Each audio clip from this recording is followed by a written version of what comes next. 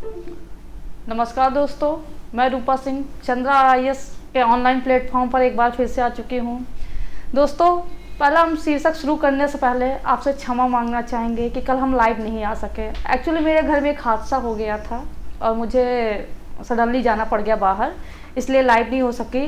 और आज के लिए भी क्षमा चाहूँगी, आज कुछ नेटवर्क इश्यू होने के कारण आपका लाइव क्लासेस नहीं हो पा रही है, तो मैं रिकॉर्डेड आपको क्लासेस हैं, ठीक है। तो आप लोग थोड़ा सा मैनेज करने की कोशिश करना बच्चा, ठीक। बाकी तो मैं आपको हर चीज़ समझा ही रही हूँ। तो मैं अपनी तरफ से और चंद्रा आईएएस परिवार की तरफ से, सबकी तरफ से आपसे क्षमा मांगती हूँ। चलिए फिर आज स्टार्ट कराते हैं। अगले दिन आपको मैंने पढ़ाया था, लास्ट मेरी जब क्लास हुई थी तो मैंने भाषा शिक्षण के सिद्धांत पढ़ाए थे और आपसे कहा था इससे रिलेटेड सारे एमसीक्यू कराऊंगी। कोशिश तो हम लोगों की, हमारे परिवार की तरफ से यही थी कि हम लोग लाइव करेंगे, आप बताइएगा, पर मौसम की वजह से, कुछ नेटवर्क इशू होने की वजह से लाइव नहीं हो पा रही क्लासेस। तो मैं आपसे पूछूंगी, थोड़ा सा टाइम दूंगी, आप सोचिएगा, जवाब दीजिएगा ना, फिर मैं बता दूंगी, ठीक है। ऐसा हमेशा नहीं होता रहता, क्योंकि अच्छा विद्यार्थी, अच्छा टीचर वही है जो समय और परिस्थितियों को ध्यान में रख के अपने आप को थोड़ा सा मैनेज करे, ठीक। तो आज आप लोग थोड़ा मैनेज करिएगा। चलिए आज शुरू करते हैं। आज हमारा है संस्कृत भाषा शिक्षण के सिद्धांत, ठीक है। इसी से प्रैक्टिस आज हम लोग करेंगे। इसी से रिलेटेड सारे क्वेश्चन ले आई हूँ, आप लोग एक एक बताइएगा, कोशिश करिएगा, बाद में नहीं आएगा आप कमेंट करिएगा, और हाँ लाइक जरूर कर दिया करिएगा। और जो भी आंसर होगा या जो सारे क्वेश्चन मैं पूछ रही हूँ, अगर कोई डाउट होगा तो आप लोग कमेंट जरूर कर दीजिएगा। मैं हर किसी का कमेंट पढ़ती हूँ, आप देखते होंगे मैं कमेंट पढ़ती हूँ, रिप्लाई भी करती हूँ। अच्छा, हमारे इंस्टीट्यूट की तरफ से भी कमेंट देखा जाता है, आपको रिप्लाई किया जाता है। तो अगर नहीं समझ में आता तो आप वहाँ पर कमेंट जरूर करिएगा, लेकिन हाँ कमेंट सब लोग करिएगा, लाइक करिए और खूब शेयर करिएगा, ठीक। चलिए शुरू करते हैं। हमारा पहला क्वेश्चन आज है संस्कृत भाषा शिक्षण के सिद्धांत की तरफ से। पहला क्वेश्चन है, केन सिद्धांतेन लेखन कौशलम अंतिम कथ्यते, ठीक है। केन सिद्धांतेन लेखन कौशलम अंतिम कथ्यते। एक मिनट में आपको टाइम दे रही हूँ, आप लोग सोचिएगा, बाकी तो मैं आंसर अभी बता ही रही हूँ, ठीक है। ये हमारा क्वेश्चन है, गौर से देखिए, सोचिए और समझिए। आई होप आप लोग समझ गए होंगे। आज लाइव नहीं है, मैं चीज़ों को बता रही हूँ, ठीक है। केन सिद्धांतेन लेखन कौशलम अंतिम कथ्यते।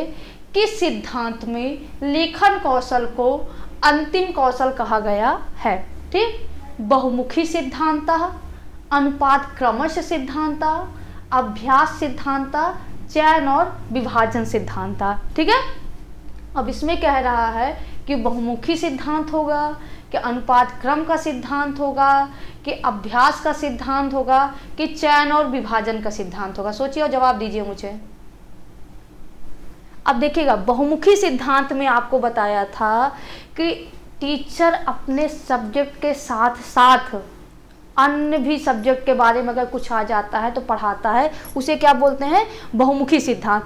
अनुपात क्रम के सिद्धांत में होता था, इसमें मैंने आपको बताया था, अनुपात क्रम के सिद्धांत में इसमें आपके स्तर के अकॉर्डिंग टीचिंग की जाती है ना। जैसे आपका प्राथमिक स्तर है तो पहले मौखिक कार्य कराइए, ठीक। फिर आपका माध्यमिक स्तर है तो आप मौखिक कार्य जो करा रहे हैं उसके साथ आप लोग उस पर, आपके यहाँ एक्टिविटी पे, अभिनय पे ध्यान रखिए। उच्च स्तर पे आपको क्या करना है, रचना कराना है। दूसरा इसी के अंतर्गत बताया था आपको कि शिक्षा के सारे कौशलों पर निश्चित मात्रा पे क्या देना चाहिए, विशेष जोर देना चाहिए। जैसे पहले आप श्रवण कौशल अच्छे से मजबूत कराइए, फिर भाषण कौशल कराइए, फिर आपके यहाँ पठन कौशल कराइए, और पठन कौशल हो जाता है तब आप लोग क्या कराएंगे, लेखन कौशल। अगला है आपका अभ्यास का सिद्धांत, इसमें आपको करके सीखने पे बल दिया गया था, ठीक। अगला है चयन विभाजन का सिद्धांत ना, तो इसमें आपका बच्चा सही होगा अनुपात क्रम का सिद्धांत। कौन, ऑप्शन बी ना। इसमें मैंने आपको बताया था कि पहले आपके यहाँ शिक्षा के, आप देखिएगा नोट्स ओपन करिएगा, अगर जिसको सही जवाब आ रहा है बहुत अच्छा है बच्चा, ठीक। आज हमें पता नहीं चल पा रहा है, क्षमा चाहेंगे। तो अनुपात क्रम के सिद्धांत में मैंने आपको बताया था कि चीजें पहले आपके यहाँ चारों कौशलों पर क्रम से क्या करना है, क्रम से और बराबर सब पे टाइम देना है। तो पहले आपके यहाँ शिक्षण के 4 कौशल होते हैं, श्रवण, भाषण, पठन और आपके यहाँ लेखन। तो पहले श्रवण मजबूत करेंगे, फिर हम भाषण मजबूत करेंगे, फिर पठन मजबूत करेंगे, फिर आपके यहाँ लेखन। तो इस हिसाब से पूछ रहा है केन सिद्धांतेन लेखन कौशलम अंतिम कथते, तो इसी में होगा ना, लेखन कौशल अंतिम हुआ कि नहीं हुआ ना, तो इसमें होगा ऑप्शन बी। चलिए अगला देख लेते हैं हम लोग। अगला हमारा है कह भाषा शिक्षण सिद्धांता मानसिक विकास से तीव्र गति अधिते, ठीक है, कह शिक्षण सिद्धांता मानसिक विकास से तीव्र गति अधिते, ठीक, इसमें है कौन सा शिक्षण सिद्धांत है जिसमें मानसिक विकास की गति तीव्र होती है। पहला है अभ्यास का सिद्धांत, दूसरा है रुचि का सिद्धांत, तीसरा है मौखिक कार्य से सिद्धांत, और लास्ट है आपके यहाँ सक्रियता सिद्धांत। चलिए जवाब दीजिए आप सभी लोग। चलिए मैं बता देती हूँ, इसमें आपका होगा सक्रियता का सिद्धांत। क्या होगा? सक्रियता का सिद्धांत। देखो बच्चा, अभ्यास का सिद्धांत है तो अभ्यास सक्रियता का सिद्धांत है। देखिए पहले इसको समझ लेते हैं। सक्रियता का सिद्धांत है कि जब आप हमेशा एक्टिव रहोगे, एक्टिव मतलब हमारी मैम क्या कहने वाली है, क्या बोल रही हैं, कहीं कुछ क्वेश्चन ना पूछ ले, तो आप दिमागी तौर से पूरी तरह से क्लास में होते हो ना। अभ्यास का सिद्धांत, अब पता चल रहा है कि आप लिखने में अच्छे नहीं हो तो आप वहाँ पर भी तो अभ्यास करते हो, का लिख रहे हो, क्या लिखते हो, का लिख रहे हो, आप कोई भी पैसेज में राइटिंग सुधार रहे हो तो वहाँ पर जरूरी नहीं कि आप देख देख के लिख रहे हो तो अपना दिमाग दौड़ा रहे हो, नहीं ना। अभ्यास किसका हो रहा है? सिर्फ हाथ का हो रहा है। कभी कभी होता है कि आप बोलने में दिक्कत होती है तो आप उच्चारण संबंधित चीज़ों पर ध्यान रखते हो, तो इसमें आपका ये भी रुचि का सिद्धांत। रुचि का सिद्धांत मैंने बताया था कि कक्षा कार्य को अच्छा बनाने के लिए ना, रुचिकर बनाने के लिए जिन चीज़ों का यूज करते हो। अभी इसका आंसर पूरा नहीं बताएंगे क्योंकि इसका क्वेश्चन आगे अगर हम बता देंगे तो आपको चीज़ें समझ में आ जाएंगी, ठीक है। अगला है मौखिक कार्य से सिद्धांत। तो मौखिक कार्य में आप बोल रहे हो ना यहाँ पर भी। अच्छा, अब यहाँ पर ये होगा कि मैम जब बोलते हैं तब पर भी तो सोच समझ के बोलते हो बच्चा, लेकिन सक्रियता के मतलब जहाँ पर आप हर तरफ से अपने आप को एक्टिव रखो ना, चाहे वो मेंटल हो, चाहे फिजिकल हो, या जैसे भी हो, तो यहाँ पर आपका होगा सक्रियता का सिद्धांत। बच्चा आपका हमेशा जब क्रिएटिव माइंड का है, एक्टिव रहेगा, तभी उसका क्या होगा, मानसिक विकास क्या होता है, तेजी से होता है। अगला चलिएगा, अगला क्वेश्चन है भाषा अस्ति, भाषा है। देखिएगा आप लोग ऑप्शन देखिए, इसमें क्या हो जाएगा बताइएगा, सुनिएगा। भाषा अस्ति, भाषा है, एका स्वाभाविकी भाषा यस्याः व्याकरणम अस्ति, ठीक, एक स्वाभाविक भाषा है जिसकी एक व्याकरण है, ठीक। दूसरा है स्वाभाविकी भाषा नास्ति, एक स्वाभाविक भाषा नहीं, ऐसा हो ही नहीं सकता ना, हर भाषा स्वाभाविक होती है। अगला क्या है, स्वाभाविकी भाषा यस्याः व्याकरण नास्ति। ये देखिए, व्याकरणम नास्ति, तो ऐसा कोई हो ही नहीं सकता जिसकी भाषा का व्याकरण ना हो, क्योंकि किसी भी भाषा की आत्मा ही व्याकरण होती है ना। तो ये भी ऑप्शन आपका गलत है, ये भी ऑप्शन आपका गलत है। एक है बधिर समुदायस्य कृते संकेत समूहा, बधिर समुदाय के लिए ये संकेत समूह का कार्य करती है, तो ये भी सही है। अब देखिए यहाँ पर पहला भी सही है और डी भी सही है। अब ऐसी कंडीशन में बाबू दो ऑप्शन तो आप लोग लगा नहीं सकते हो ना, अगर दो फिल कर दोगे तो गलत हो जाएगा। तो मैंने आपको पहले भी बताया था कि अगर ऐसी कंडीशन में फंसते हो आप कि जहाँ पर आपका दो सही हो जाता है या चारों सही हो जाते हैं, तो उसमें बेस्ट ढूंढा जाता है बाबू। क्या ढूंढा जाता है? बेस्ट, कि बेस्ट आंसर कौन सा होगा, इस जो क्वेश्चन पूछ रहा सबसे सटीक कौन बैठेगा। तो ये आप चीज़ ध्यान रखिएगा, क्योंकि आपके यहाँ कभी कभी चारों ऑप्शन सही होते हैं, फिर लगता है कि आप क्या करें, तो ऐसे में बेस्ट ढूंढना पड़ता। तो आप ढूंढिए, इसमें पहला लगाओगे कि लास्ट आप लगाओगे? इसमें आपका बाबू पहला सही होगा। एका स्वाभाविकी भाषा यस्याः व्याकरण अस्ति, यह एक स्वाभाविक भाषा है जिसकी एक व्याकरण है। सही बात है ना। और बधिर समुदाय के लिए तो आपकी अलग की चीज़ें हो गई, बाद में आएगी। पहले हर भाषा एक होती है, भाषा के अपने प्राण होते हैं, अलंकार होते हैं, सौंदर्य होता है। जब उन सब चीज़ों से देखा जाता है तब उसका हम यूज करते हैं। तो यहाँ पर आपका कौन सा होगा? Option A. समझ में आ रहा है ना। आगे चलिए देखते हैं बच्चा। अगला है अधोलिखितेषु भाषा शिक्षणस्य सिद्धान्तः अस्ति। फिर से बोल दे रही हूँ, अधोलिखितेषु भाषा शिक्षणस्य सिद्धान्तः अस्ति। गौर करिएगा, देखिए कौन सा होगा। हम वेट कर रहे हैं आप लोगों का, बताइए सब लोग। देखिए मैं बता रही हूँ, अधोलिखितेषु भाषा शिक्षण सिद्धांता अस्ति। ठीक है, आज नेटवर्क की वजह से हमारा और आपका मेल मिलाप नहीं हो रहा, मुझे खुद आप लोगों की बहुत मतलब ऐसा होता नहीं, मिस करते हैं, हम आपको बहुत ज़्यादा मिस कर रहे हैं। चलिए आगे देख लेते हैं। अधोलिखितेषु भाषा शिक्षण सिद्धांता अस्ति। निम्न अधोलिखितेषु मतलब, अध मतलब होता है बाबू गिरा हुआ, नीचे गिरा हुआ, मतलब ये मत कहिए मैम जमीन पर गिर गया, यहाँ पर नीचे से अर्थ लिखा है कि नीचे लिखे हुए भाषा शिक्षण में का सिद्धांत है स्वस्वाभाविकता सिद्धांता। पढ़ाया था कि नहीं पढ़ाया था इसे? स्वाभाविकता का सिद्धांत ना, उसी को स्वस्वाभाविकता लगा दिए हैं, ये भी सही है। अगला है रुचि ही सिद्धांत, ये रुचि होगा। ठीक है, ये थोड़ा सा हो गया रुच, ये रुचि का होगा। ठीक, रुचि सिद्धांत, तो रुचि का भी सिद्धांत पढ़ाई थी, ये भी सही है। मौखिक कार्य से सिद्धांत, तो मौखिक कार्य भी आपको बताया था कि लिखित कार्य के पहले मौखिक कार्य हो जाना चाहिए, ये भी सिद्धांत पढ़ाई हूँ। अगला है सर्व, तो आपका कौन सा सही होगा? सर्व, ऑप्शन डी। कौन सा सही होगा? ऑप्शन डी, ये सही होगा। ठीक है, चलिए अगला देख लेते हैं हम लोग। अगला हमारा है अभ्यास विषय पतंजलिना स्वीकृतम। अभ्यास विषय पर पतंजलि ने स्वीकृत किया है। क्या है? अभ्यास के विषय में पतंजलि ने स्वीकृत किया है। बताइएगा सब लोग, मुझे इसका आंसर दीजिएगा, वेट कर रहे हैं हम। ठीक,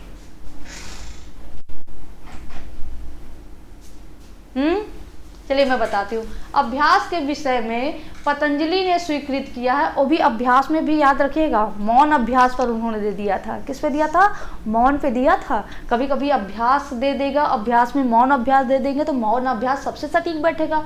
इसमें होगा रुचि, नैरत्य और क्या है? वैराग्य। मैंने आपको ये तीनों पॉइंट बताया था ना कि अगर किसी काम को आपको करना है ना, आपको अभ्यास करना है, तो पहली बात तो बच्चे का रुचि होना चाहिए उसमें।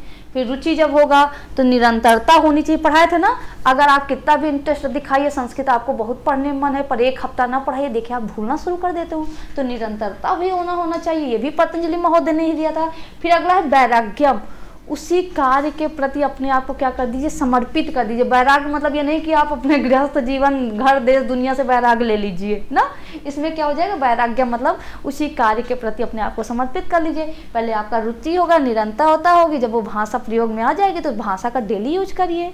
समझ आ गया बच्चा? तो यहाँ पर होगा आपका सर्वम। ऑप्शन कौन सा सही होगा? डी। ये तीनों आपके यहाँ पतंजलि ने दिया था। आप एक बार नोट्स उठाइएगा, देखिएगा, तीनों मैंने आपको समझाया था। ठीक है, चलिए अगला क्वेश्चन देख लेते हैं हम लोग। अगला हमारा क्वेश्चन है बहुत अच्छा क्वेश्चन है। ठीक है, ऋतु पर्व मास महापुरुषादीनानाम आधारीकृत्यम शिक्षण कार्यम कस्मिन् शिक्षण सिद्धांता भवति। क्वेश्चन फिर से देख लीजिए आप लोग। ऋतु पर्व मास महापुरुषादीनानाम आधारीकृत शिक्षण कार्य कस्मिन् शिक्षण सिद्धांता भवति। देख लीजिए, पहले आप लोग खुद निकालिएगा आंसर, फिर मैं हिंदी में बताती हूँ उसका। ये क्वेश्चन आपके सामने है ना, गौर से देखिएगा। आ रहा है कुछ समझ में सबको? चलिए मैं बताती हूँ, इसका पहले हिंदी अर्थ देख लेते हैं। ऋतु पर्व मास महापुरुषादीना नाम, महापुरुषों की तिथियां, जो दिन आपके आते हैं, आधारीकृत आधार करके शिक्षण कार्य में कस्मिन् शिक्षण सिद्धांता भवति, किस शिक्षण सिद्धांत को फॉलो होता, किस शिक्षण सिद्धांत में होता है। मतलब ऋतु पर्व मास महापुरुषों के पूरे तिथियां आधारकृत बना के किस शिक्षण कार्य में किस शिक्षण सिद्धांत का प्रयोग होता है। तो जवाब दीजिएगा इसमें। पहला है अभ्यासस्य क्रियाशीलता सिद्धांता, दूसरा है क्रमानुपातो सिद्धांतम, चयन विभाजनो सिद्धांतम, समवायस सिद्धांतम। तो अभ्यास के सिद्धांत में बताया था कि जहाँ पर चीज़ों को बार बार कराया जाता था, मैंने वहाँ पर एग्जाम्पल भी दिया था ना, practice make a perfect man ना। तो आप कोई चीज़ को नहीं आ रहा है, अगर बार बार प्रैक्टिस करते हो तो चीज़ें आना शुरू कर देती हैं। दूसरा है क्रमानुपात सिद्धांत, तो यहाँ पर बताया था कि बाबू स्तर के अकॉर्डिंग आपको बच्चों को पढ़ाना है, ठीक, क्रम के अकॉर्डिंग, ठीक। और आपको यहाँ पर बताया था चारों कौशलों पर बराबर आपको कार्य करना, वो भी क्रम के अनुसार करना है। अगला है चयन विभाजन का सिद्धांत ना, तो हमारा ऑप्शन होगा सी। चयन विभाजन के सिद्धांत में मैंने बताया था कब, क्या, कहाँ और कैसे पढ़ाना है ना। पहले चीज़ों को आप चयनित कर लीजिए कि हमें ये पढ़ाना है, तो आप देख लीजिएगा, मान लीजिए मैंने एग्जाम्पल भी दिया था कि अगर आपको 15 अगस्त पढ़ाना है तो कोशिश करिए 15 अगस्त आपको स्वतंत्रता दिवस पढ़ाना है तो कोशिश करिएगा 15 दिवस के 15 अगस्त के आसपास पढ़ाइए। आप चीज़ों को चाहे पहले पढ़ा दीजिए या बाद में पढ़ा दीजिए, ऐसे में बच्चे का कॉन्सेप्ट एकदम क्लियर हो जाता है और जो मन में थोड़ी बहुत शंकाएं भी रहती हैं वो भी दूर हो जाती हैं, है ना। तो यहाँ पर हो जा। अगला है समवाय से सिद्धांत। तो समवाय के सिद्धांत में आपको बताया था बच्चा कि जहाँ पर हर शिक्षण सिद्धांत के सकारात्मक पक्ष लेकर जब एक साथ टीचिंग किया जाता है उसी को क्या बोलते हैं, समवाय का सिद्धांत। ठीक, तो इसमें आपका कौन सा सही होगा, चयन और विभाजन का सिद्धांत। ठीक है, चलिए अगला देख लेते हैं हम लोग। अगला हमारा क्वेश्चन है अधोलिखितेषु भाषा शिक्षण सिद्धांतः नास्ति ना। यही आप लोग गौर से पढ़ा करिएगा, यही हम लोग नहीं पढ़ पाते हैं तो फिर हम लोग गलत कर देते हैं ना। क्या पूछ रहा, अधोलिखितेषु भाषा शिक्षण सिद्धांतः नास्ति। चलिए आप लोग देख लीजिए, एक बार सोचिएगा। अच्छा देखिएगा, आज हम लोग भले लाइव नहीं हैं, पहले से चारों अकॉर्डिंग थोड़ी देर वीडियो रोक के अपने अकॉर्डिंग आंसर मिला लीजिएगा ना। जब फिर मैं बताऊंगी तो उससे मिलाइएगा कि हम सही थे कि नहीं सही थे। ऐसा नहीं है कि मेरा आंसर सुन लीजिए फिर कहिए हाँ हाँ हाँ हाँ यही सही होगा ना। अपने अकॉर्डिंग थोड़ी देर मेरा वीडियो रोकिएगा, सोचिएगा, इसीलिए मैं साइड में हट जा रही हूँ, लाइव नहीं हूँ फिर भी ना, कि आप सोचिएगा अपने अकॉर्डिंग आंसर दीजिएगा, फिर बाकी तो मैं बाद में बता ही रही हूँ। चलिए देख लेते हैं। अधोलिखितेषु भाषा शिक्षण सिद्धांतः नास्ति। अधोलिखित मतलब निम्नलिखित में भाषा शिक्षण सिद्धांत नहीं है। ठीक है, पहला प्रकृतिवादी सिद्धांत, तो आपको बताया था जो स्वाभाविकता का सिद्धांत है उसका दूसरा नाम क्या था, प्रकृतिवादी सिद्धांत था, बताया कि नहीं था। ये तो हमारा सही है भाई। अगला है रुचि सिद्धांत था, तो रुचि का भी सिद्धांत पढ़ाई थी ना आपके यहाँ, ये भी सही है। अनभ्यास सिद्धांत, तो अनभ्यास कहाँ पढ़ाया था ना, अभ्यास का सिद्धांत पढ़ाए थे ना भाई। किसी चीज़ में अगर हमें अच्छा होना है तो प्रैक्टिस तो ऐसे भी करना पड़ेगा, अगर ना भी पढ़ा रहे तो आप पढ़ लीजिए, समझ में आएगा। तो हमारा इसमें ऑप्शन कौन सा सही होगा, सी। ऑप्शन कौन सा सही होगा, सी, ये सही होगा। ठीक है, और बहुमुखी सिद्धांत, तो बहुमुखी सिद्धांत में मैंने बताया था कि जब एक क्लास को करते वक्त एक कक्षा को बताते वक्त किसी भी भाषा के बारे में आ जाता है तो शिक्षक अपने उसके बारे में भी जानकारी दे दे, ये बहुमुखी सिद्धांत था। ठीक, तो इसमें ऑप्शन आपका सी सही होगा। ठीक है, ये सही होगा। चलिए अगला देख लेते हैं। अगला क्वेश्चन है आपका अनुपात क्रमस्य चा सिद्धांतानुसरणेन सत्य कथनम चिनोत। ठीक है, अनुपातस्य क्रमस्य सिद्धांत अनुसरणेन सत्य कथनम चिनोति। सोचिए और जवाब दीजिए। चलिए मैं बताती हूँ। अनुपात क्रम और सिद्धांत का अनुसरण करते हुए कौन सा कथन चिनोत मतलब चुनोगे, कौन सा कथन सत्य चुनोगे या चुना जाएगा। चलिए जवाब दीजिए इसमें। पहला है प्रारंभिक स्तरे मौखिक कार्य से प्रधानता भवति ना। प्राथमिक स्तर पर मौखिक कार्य की प्रधानता होनी चाहिए, बिल्कुल होनी चाहिए। मैंने बताया भी था, आप नोट्स ओपन करिएगा, देखिए सारी चीजें हैं ना, सही है। मैंने आपसे कहा था बच्चा जितनी चीजें मैं पढ़ा दूंगी अगर संस्कृत में उससे बाहर आएगा तो आप मुझसे मिलिएगा। बस हाँ फालतू की चीजें मत पढ़िए, जो नोट्स है आपके एकदम सॉलिड नोट्स है। ठीक है, तो यहाँ पर आपका ये होगा माध्यमिक स्तरम पाठ पुस्तकाधारे व्याकरण ज्ञानम कार्यते। ठीक है, माध्यमिक स्तर पर पाठ पुस्तक आधारित व्याकरण ज्ञान करवाना, बिल्कुल ये भी पढ़ाया था ना, स्तर के अकॉर्डिंग आपको टीचिंग करानी है। उच्च स्तरे तुलनात्मक अध्ययनम अनुवाद रचना कार्याणि च अधिकानि। ठीक है, उच्च स्तर पर तुलनात्मक अध्ययन और रचना अनुवाद का कार्य अधिक करवाना, तो ये भी बताया था। तो यहाँ पर ऑप्शन कौन सा सही होगा, डी ना। मैंने अनुपात क्रम में आपको बताया था कि आपके यहाँ क्रम के अनुसार भाषा के चारों कौशलों पर विकास करना है। ये नहीं कि पहले हम लेखन कौशल कर ले फिर हम श्रवण कौशल करेंगे, तो क्रम से पहले श्रवण कौशल, फिर आपका वदन कौशल, फिर भाषण कौशल, फिर आपका लेखन कौशल। जब ये हो जाएगा तो लास्ट में मैंने बताया था कि शिक्षा के स्तर के अकॉर्डिंग भी टीचिंग करनी है ना। प्राथमिक स्तर पर आप मौखिक कार्य कराएंगे, क्या कराएंगे, मौखिक कार्य। माध्यमिक स्तर पर पाठ पुस्तक आधारित ही व्याकरण देंगे, ठीक है। अगर जिसने मेरी पुरानी वीडियो नहीं देखी है, जाके पुराना वीडियो देखिएगा, सारी चीज़ें वहाँ पर मिलेंगी। अगला है उच्च स्तर ने तुलनात्मक अध्ययन और रचना अनुवाद, ये करना भी बताया था वहीं पर, ठीक। तो चलिए आगे बढ़ लेते हैं। आई होप आप लोग सब लोग सही जवाब देंगे और सब लोग कमेंट करिएगा, ठीक है। मैं देखूंगी सबके कमेंट, अगर किसी ने नहीं दिया तो फिर अगले दिन क्लास लगाऊंगी आपकी। चलिए अगला देख लेते हैं। आपका 9वां क्वेश्चन है, कस्मिन् सिद्धांत्यम अध्यापका मूल पाठ पूर्व स्वयं सस्वर पठति तदांतर अत्र तस्य पाठस्य शिक्षक होगा, यहाँ पर क्या हो जाएगा, शिक्षक भावा अनुगुणम वाचनम करोति। चलिए सोचिए, जवाब दीजिए इसका। इधर हम आ जा रहे हैं, देखिएगा इसी क्वेश्चन में आंसर छिपा पड़ा है। अब यहाँ पर आपको बहुत सारी चीजें लगेंगी, क्या हो सकता है, क्या हो सकता है, क्योंकि यहाँ पर जो लाइन है डिक्टो लाइन ना पूछ के थोड़ा घुमा के पूछ लिया है।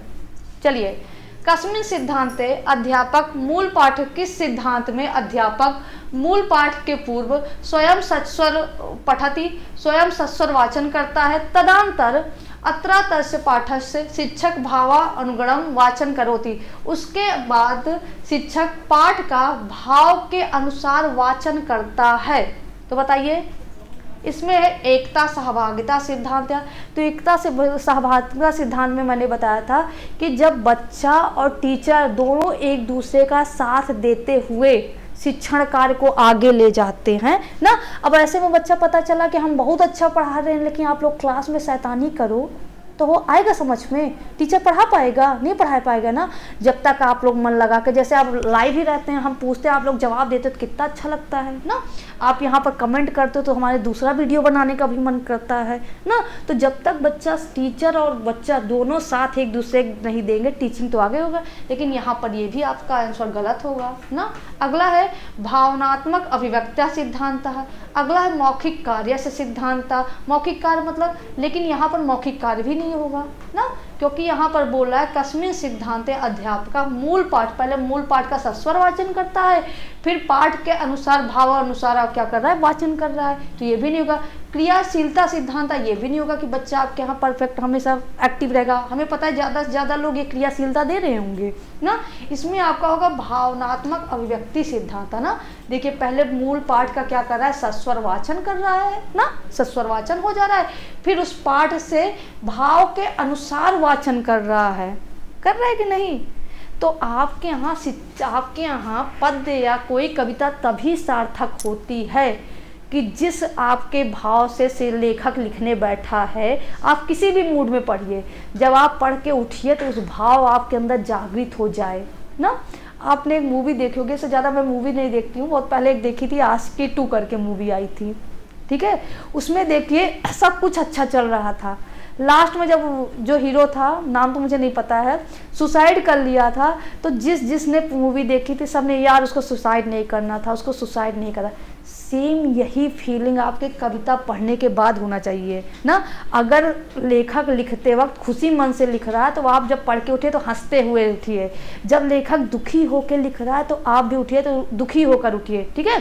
तो ये सारी चीज़ें आपके यहाँ होती हैं। समझ में आ गई बात? चलिए ये आपकी चीज़ समझ में आ गई ना। तो इसमें आपका होगा बाबू भावात्मक, ये ऑप्शन बी सही होगा, ठीक। अगला चल लेकर देख लेते हैं। अगला है यदा शिक्षक है। अच्छा एक चीज़ और देखिएगा, आप लोग कभी भी क्वेश्चन बड़ा देख के मत घबराया करिएगा। मैं ये कभी भी नहीं कहती हूँ कि आप लोग बाबू पूरी एक एक चीज़ की मीनिंग निकालिए। मैंने कहा आप अगर नोट्स अच्छे से पढ़े रहोगे और मेरा लेक्चर वीडियो अच्छे से देखे हो, बस एक दो चीज़ को मिलाना सीख जाइएगा, देखिए सब चीज़ आ जाएगा। अब चलिए इसको पढ़ लेते हैं ना। इसमें क्या दे रहा है, यदा शिक्षक। कभी कभी होता है कि हम लंबा देख के डर जाते हैं, अरे मम्मी कैसे पढ़ेंगे इसको, ये तो बहुत लंबा है, संस्कृत तो आती ही नहीं है। कोई बात नहीं ना, एक दो उसका आप मीनिंग निकालिएगा, तालमेल बिठाइएगा। पहले आप सारे ऑप्शन देख लीजिएगा, फिर एक एक धीरे धीरे से पढ़िएगा ना। चलिए इसमें देख बताती हूँ। यदा शिक्षका श्लोक पठन समय से तत्संबंधित ग्रंथस्य नाम ठीक है। प्रसंग संदर्भश्च वर्णन कुर्यन् तत् संबंधित भौगोलिक परिस्थितियां नाम कथादीनां प्रतिपादनापि करोति तदा सह कस्य सिद्धांतस्य अनुसरण करोति। चलिएगा, आप देखिएगा, बताइएगा मुझे। ये स्वतंत्रता व्यक्तिक भिन्नता सिद्धांत। देखिएगा, एक शिक्षक श्लोक को पढ़ते समय तत्संबंधित ग्रंथ का नाम प्रसंग संदर्भ सहित व्याख्या वर्णन कुर्वन् ना व्याख्या करता है। तत्संबंधित भौगोलिक परिस्थितियों के बारे में बता रहा है। कथादीनाम प्रतिपादिकाम करोति, उससे क्या कर रहा है, चीजों को प्रतिपादित कर रहा है। तथा सा कस्य सिद्धांत अनुसरण करोति, यह कौन से सिद्धांत का अनुसरण करते हुए टीचिंग हो रही है ना। अब पहला स्वतंत्रता व्यक्तित्व भिन्नता सिद्धांत, तो ये तो बिल्कुल नहीं होगा। व्यक्तित्व भिन्नता मतलब, व्यक्तित्व भिन्नता मैंने आपको बताया था कि जब पढ़ाते वक्त आप ये याद रखिएगा कि आपके क्लास में कुछ बच्चे प्रखर बुद्धि के हैं, कुछ सामान्य बुद्धि के हैं ना, कुछ निम्न बुद्धि के हैं, उनके अकॉर्डिंग टीचिंग की जाए, तो ऐसा तो यहाँ पर कुछ है नहीं ना, तो ये हमारा गलत होगा। अभ्यास क्रियाशीलता सिद्धांत, अभ्यास क्रियाशीलता यहाँ पर देखिए, यदा शिक्षक श्लोसार, अब टीचर पढ़ा रहा है ना, बच्चा तो कहाँ कुछ कर ही नहीं रहा, तो यहाँ से ये भी गलत हो जाएगा।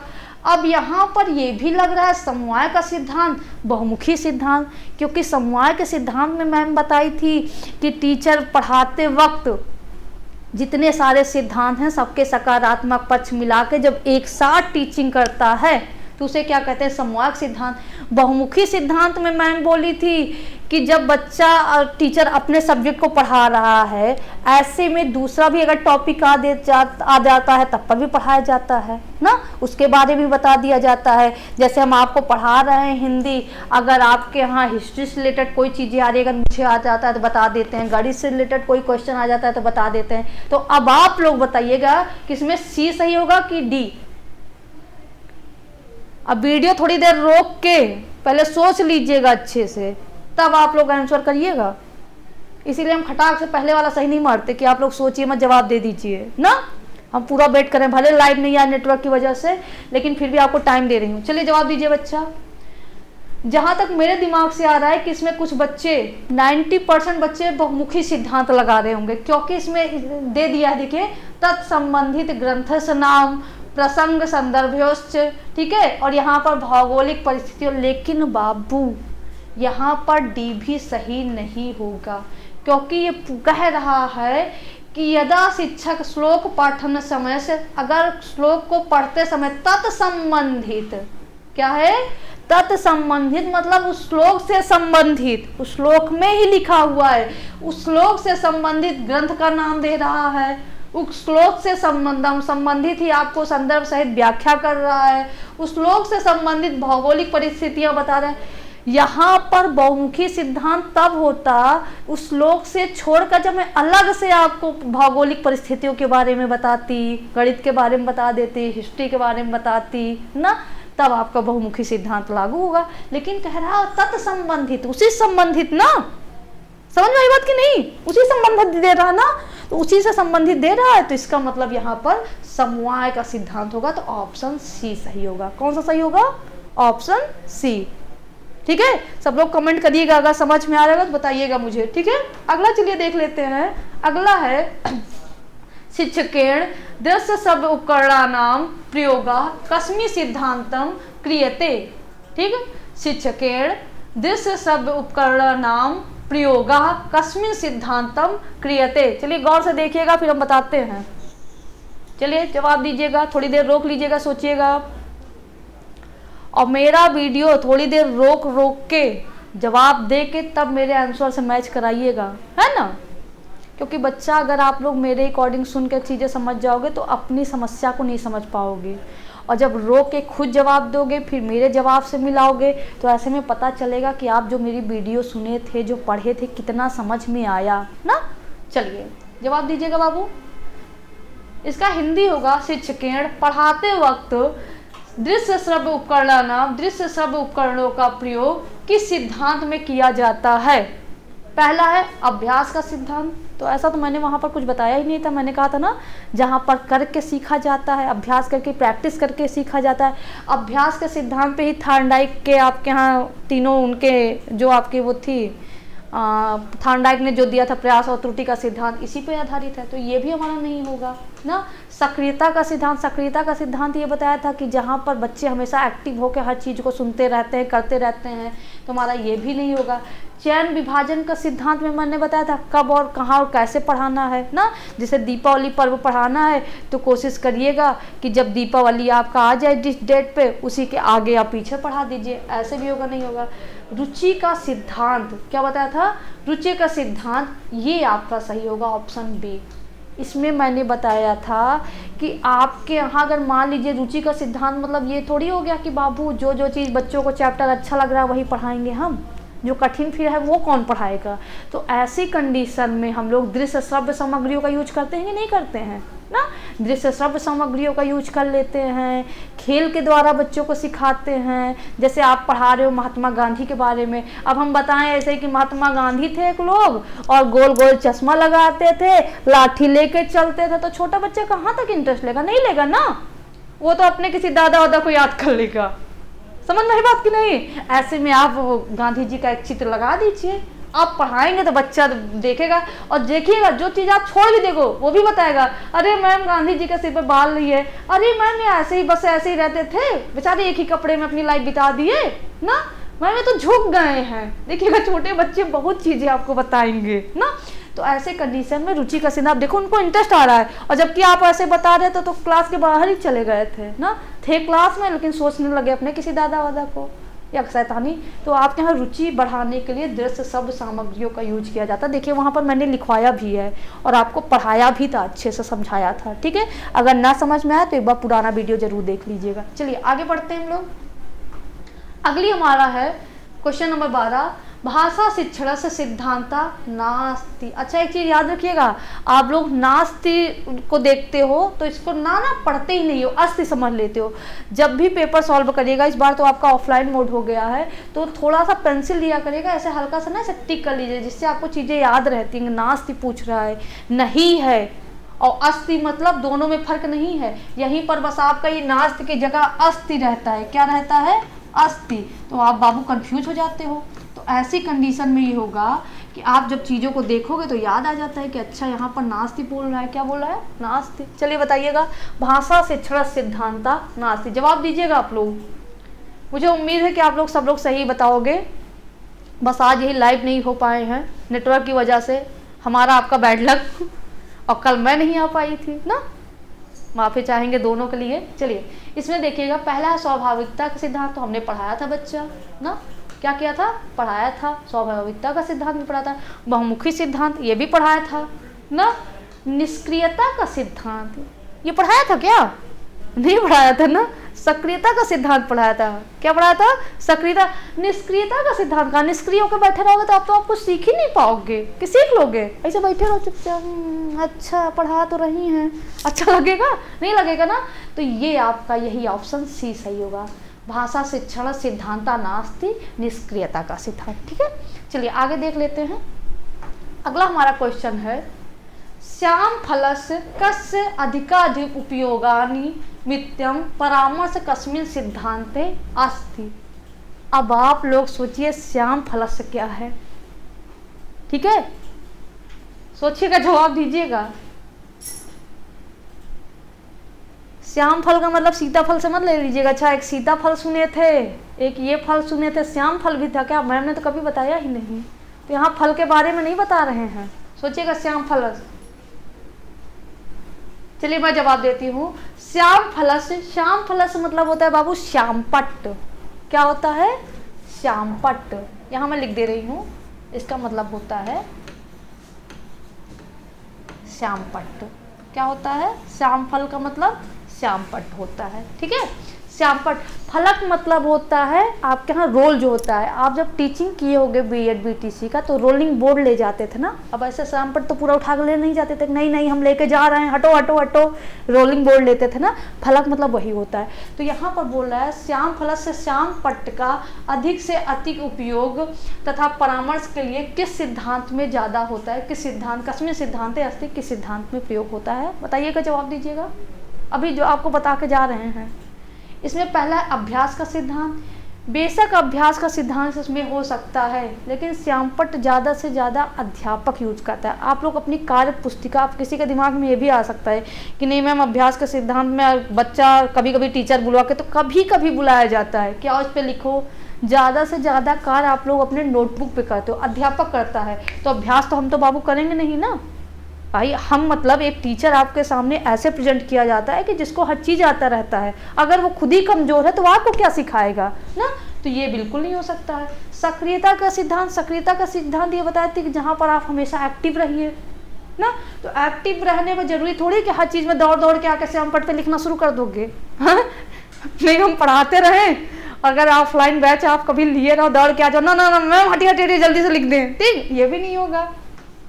अगला है आपके यहाँ रुचि सिद्धांत है और मौखिक कार्य से सिद्धांत। तो मौखिक कार्य है तो श्यामपट्ट का वैसे भी नहीं होगा। रुचि का सिद्धांत, अभी आपको मैंने बताया था कि दृश्य श्रव्य सामग्रियों का प्रयोग रुचि के सिद्धांत में किया जाता ना, तो श्यामपट्ट भी तो बाबू आपका एक दृश्य उपकरण है कि नहीं। अभी आपको उपकरण नहीं पढ़ाए हैं, साधन नहीं पढ़ाए हैं, ठीक है, शिक्षक सहायक सामग्री, तो उसमें आपके यहाँ श्यामपट्ट भी तो दृश्य ही है कि नहीं। तो श्याम फल का मतलब श्यामपट्ट का अधिक से अधिक उपयोग किसमें होता है, रुचि के सिद्धांत में होता है ना। जो हम बीच बीच में आपको चीज़ें लिखते हैं, समझाते हैं, क्योंकि आपका इंटरेस्ट आता है कि अच्छा हाँ ऐसे लिखा जा रहा है। अब ऐसे खड़े हो जाएं, मौन हो के एकदम सीधे स्ट्रेट और बताना शुरू कर दे कि ऐसे होता है, वैसे होता है, वैसे होता है, अच्छा लगेगा नहीं लगेगा ना। तो आपके यहाँ ये भी, आपके यहाँ श्यामपट्ट भी क्या होता है, एक दृश्य उपकरण होता है। और अभी आपको मैं बता रही हूँ कि दृश्य शब्द सामग्रियों का उपयोग किसमें किया जाता है, रुचि के सिद्धांत में। तो इसमें ऑप्शन आपका सही होगा ये, रुचि सिद्धांत है। अगला चलिए देख लेते हैं। अगला आपका है का शिक्षण सिद्धांत मानसिक विकास है। ये तो भी आपका हो गया था, अच्छा रिपीट हो गया था, ठीक है। तो इसमें आपका होगा सक्रियता का सिद्धांत। चलिए आगे देख लेते हैं अगला क्वेश्चन। अगला है का सिद्धांतेन क्रियाशील सिद्धांत इति नाम्नः ज्ञायते। का सिद्धांतेन क्रियाशीलता सिद्धांत इति नाम्नः ज्ञायते, बताइएगा आप लोग कौन सा सिद्धांत है जो क्रियाशीलता के नाम से जाना जाता है, जवाब दीजिएगा। अभ्यास का सिद्धांत, स्वाभाविकता का सिद्धांत, बहुमुखी सिद्धांत, अनुपात क्रम का सिद्धांत। तो अभ्यास का सिद्धांत, स्वाभाविकता का सिद्धांत ना, तो इसमें आपका बाबू सही होगा ये अभ्यास का सिद्धांत ना। अभ्यास का क्रियाशीलता मतलब जहाँ पर आप एक्टिव होकर क्रिया करके आप चीज़ों को करें ना, तो अभ्यास में भी आप क्रियाशील, तो ये आपका होता है, इसका मतलब ये है, ठीक। और अगला है स्वाभाविकता का सिद्धांत, तो इसे प्रकृतिवादी सिद्धांत भी बताया था, नाम बताया था ना। अगला है बहुमुखी सिद्धांत, तो इसे बहुविधि सिद्धांत भी कहा गया था, ठीक। अगला है बहुविधि सिद्धांत। अनुपात क्रम का सिद्धांत, इसे क्रम का सिद्धांत भी कहा गया। तो इसमें आपका ऑप्शन कौन सा होगा, ए, ठीक। चलिए अगला देख लेते हैं हम लोग। अगला क्वेश्चन है कुशाग्र सामान्य मंद बुद्धि छात्राणाम कृते का सिद्धांते संयुक्तः। जवाब दीजिएगा सब लोग, देख लीजिए सारे ऑप्शन। कुशाग्र सामान्य मंद बुद्धि छात्राणाम। अब देखिएगा आपको संस्कृत की मीनिंग नहीं भी निकालने आ रही बच्चा, इतना ही पढ़ लीजिए ना, आपको आंसर मिल जाएगा। समझ में आ गया कि नहीं। थोड़ा थोड़ा आप चीज़ों को गौर से थोड़ा थोड़ा करिए, ऑप्शन से मिलाया करिए ना। जरूरी नहीं कि हर चीज़ ही आपको आती रहे ना, थोड़ा सा जब लेकिन हाँ हिंदी में जब आपका अच्छे से तैयार रहेगा तभी आप जवाब दे पाते हो। थोड़े से धीरे धीरे पढ़िए, छोटा छोटा करके पढ़िए ना, फिर मीनिंग निकालिएगा। अब देखिएगा कुशाग्र सामान्य और मंद बुद्धि का बालकों के बारे में किस सिद्धांत के बारे में बताया था, आप आगे की लाइन छोड़ दीजिए, याद आया। इसमें बोल रहा है कुशाग्र सामान्य मध्य बुद्धि छात्रों के लिए कृत्य किया जाता है का सिद्धांत संयुक्ता, कौन सा सिद्धांत उपयुक्त है। तो आपका यही ऑप्शन है, व्यक्तिक भिन्नता का सिद्धांत ना, व्यक्तिक भिन्नताया सिद्धांत, व्यक्तिक भिन्नता का सिद्धांत। इसी में बताया था ना कि अगर आपके यहाँ जो प्रखर बुद्धि के बालक हैं उनके लिए अगर पेपर ही बना रहे हो तो उनका क्वेश्चन थोड़ा कठिन बना दीजिए, सामान्य बुद्धि वालों के लिए बीच का रखिएगा, और जो सरल आपके यहाँ मंद बुद्धि के बच्चे हैं उनके लिए और सरल दे दीजिएगा। ऐसे में ये होगा कि जो आपका मंद बुद्धि का बच्चा है वो बाबू हीन भावना का शिकार नहीं हो पाएगा ना। कभी कभी क्या होता है कि छात्र में आपके क्लास में बहुत सारे बच्चे रहते हैं जो तेज रहते हैं, वो कोशिश करते हैं फिर भी कम आ गए, अब बाल प्रकृति ना, दूसरा बच्चा हंस देता है, अरे यार तुम इतना ही नंबर ले आए, पढ़ते नहीं हो क्या ना। तो ऐसे में बच्चा हीन भावना का शिकार हो जाता है कि अरे यार हम कोशिश किए थे, पढ़े भी थे, फिर भी ऐसा हो गया ना। अब कह दीजिए मैम, मान लीजिए पेपर दे के पूछ लेते हो कि मैम आप इनको सरल दे दी उसमें कठिन, तो आपके यहाँ सेक्शन इसीलिए डिवाइड कराए जाते हैं ना कि जो तेज हैं वो आपस में फाइट करें। फाइट मतलब यहाँ पर पढ़ाई से है, नहीं लड़ाई झगड़ा से ले लीजिएगा, ठीक है। तो आपके यहाँ पर हो जाएगा व्यक्तिक भिन्नता सिद्धांत। अगला चलिए देख लेते हैं। अगला है संस्कृत भाषा शिक्षणे प्रथम मौखिक कार्य से ततः लिखित कार्य च भवेत् इत्यत्र संस्कृत भाषा शिक्षण सिद्धांत का। अभी इसको बता के गई हूँ ना, देखिएगा सारे ऑप्शन, देखिएगा कौन सा सही होगा। क्वेश्चन देख लीजिए पहले गौर से, हम हट जा रहे हैं, गौर से देखिएगा आप सभी लोग, ठीक है। संस्कृत भाषा शिक्षणे प्रथम मौखिक कार्य तथा लिखित कार्य, यही लाइन पकड़िएगा कि पहले मौखिक कार्य फिर लिखित कार्य। कौन सा सिद्धांत होगा? रुचि का सिद्धांत नहीं ना। रुचि के सिद्धांत में हमें क्या कराना है, पढ़ाते वक्त टॉपिक में बच्चों को इंटरेस्ट जगाना है, तो ऐसे कंडीशन में हम लोग दृश्य सब यूज कराते हैं सामग्रियों का, या तो हम लोग खेल के द्वारा बच्चों को पढ़ाते हैं ना बाबू, तो ये तो होगा नहीं। बहुमुखी सिद्धांत, तो बहुमुखी सिद्धांत में भी आपको बताया था कि अपने विषय के साथ साथ अन्य विषय के बारे में अगर कोई टॉपिक आ जाता है तो हल्की फुल्की जानकारी दे दीजिए, उसमें बहुमुखी ये भी नहीं होगा। अगला है अनुपात क्रमस्य च सिद्धांत, तो इसमें बाबू यही सही होगा आपके यहाँ ऑप्शन सी ना। अनुपात क्रम के सिद्धांत में मैंने बताया था कि पहले भाषा के कौशलों पर क्या करना है, भाषा के कौशल पर क्रम से काम करना है। पहले श्रवण पक्ष मजबूत करिए, जब श्रवण हो जाएगा तब आप क्या करेंगे, भाषण पक्ष ना, वदन कौशल मजबूत करिए, जब वो हो जाएगा तब पठन कौशल पे करेंगे, फिर आपके यहाँ किस पे करेंगे, लेखन कौशल पे। समझ में आई बात? तो पहले बाबू मौखिक कार्य मतलब आप बल दे दीजिए, पहला बच्चा सुनने में अच्छा हो जाए, बोलने में अच्छा हो जाए, पढ़ने में अच्छा हो जाए, तब लेखन हम कराएंगे ना। क्या आपके यहाँ ऐसे हुआ था कि पहले आपको पेन पकड़ा दिया गया, पहले आप पेन पकड़ के लिखना सीख गए, फिर आपको बुलवाया गया था? अगर आपका मौखिक पक्ष अच्छा नहीं होगा तो कभी भी लिखित पक्ष अच्छा आपका हो ही नहीं सकता ना। आप कुछ भी लिखते हो तो पहले मन में दोहरा लेते हो ना, या मान लीजिए हम ही बोल रहे हैं बाबू ना कि राम घर जाता है, फिर वहाँ से वो बन गए, ऐसे गए, कुछ भी बता दें, ठीक। तो ऐसी कंडीशन में अगर आप गौर से नहीं सुने रहते हो तो आप कहते हो हाँ मैम क्या बोल रही है मैम, राम घर जाता है मैम, आगे ना, होता है कि नहीं।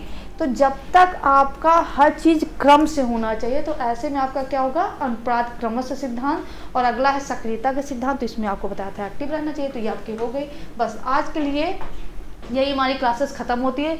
जिसको भी अगर वीडियो, पुराने वीडियो नहीं देखे हैं, या आज का MCQ आपका गलत ज़्यादा हो रहा था, तो फिर से जाइएगा पुराने वीडियो देखिएगा, ठीक है। और फिर आज आप लोग, हम लोग लाइव नहीं हो सके नेटवर्क इश्यू की वजह से, फिर से हम लोग चंद्रा IAS के परिवार की तरफ से और मैं खुद आप लोगों से दिल से क्षमा मांगती हूँ, ठीक है। आप कमेंट करिएगा, अगर कोई क्वेश्चन में आपको दिक्कत होती है तो क्वेश्चन नंबर डाल के आप वहीं पर बता दीजिएगा, मैं आपको रिप्लाई करूँगी, ठीक। और ज़्यादा से ज़्यादा लाइक करिएगा। फिर से मैं बोलूँगी, आपके लाइक करने से कुछ नहीं जाता है, आपके कमेंट करने से कुछ नहीं जाता, पर मुझे एक बहुत अच्छी ऊर्जा मिलती है ना, आगे भी वीडियो बनाने में खुशी होती है। कल मैं नहीं आ पाई थी ना, तो मुझे यही फील हो रहा था कि यार मेरे बच्चे वेट कर रहे होंगे, लेकिन अब जो होनी होती है, कौन टाल सकता है ना, सडनली होता है, हमें तो बता के आती नहीं कि ऐसा होने वाला है आपके परिवार में। तो कल हमारे परिवार के लिए एक दुखद दिन था, इस वजह से मैं लाइव नहीं हो सकी, तो आपसे क्षमा मांगेंगे। बाकी आप ज़्यादा से ज़्यादा लोगों को शेयर करिएगा, जिसको नीड है, कम से कम उसका भी भला हो जाए, ठीक है। और लाइक करिएगा, सब्सक्राइब करिएगा। तो आज के लिए बस इतना ही। जय हिंद, जय भारत, थैंक यू।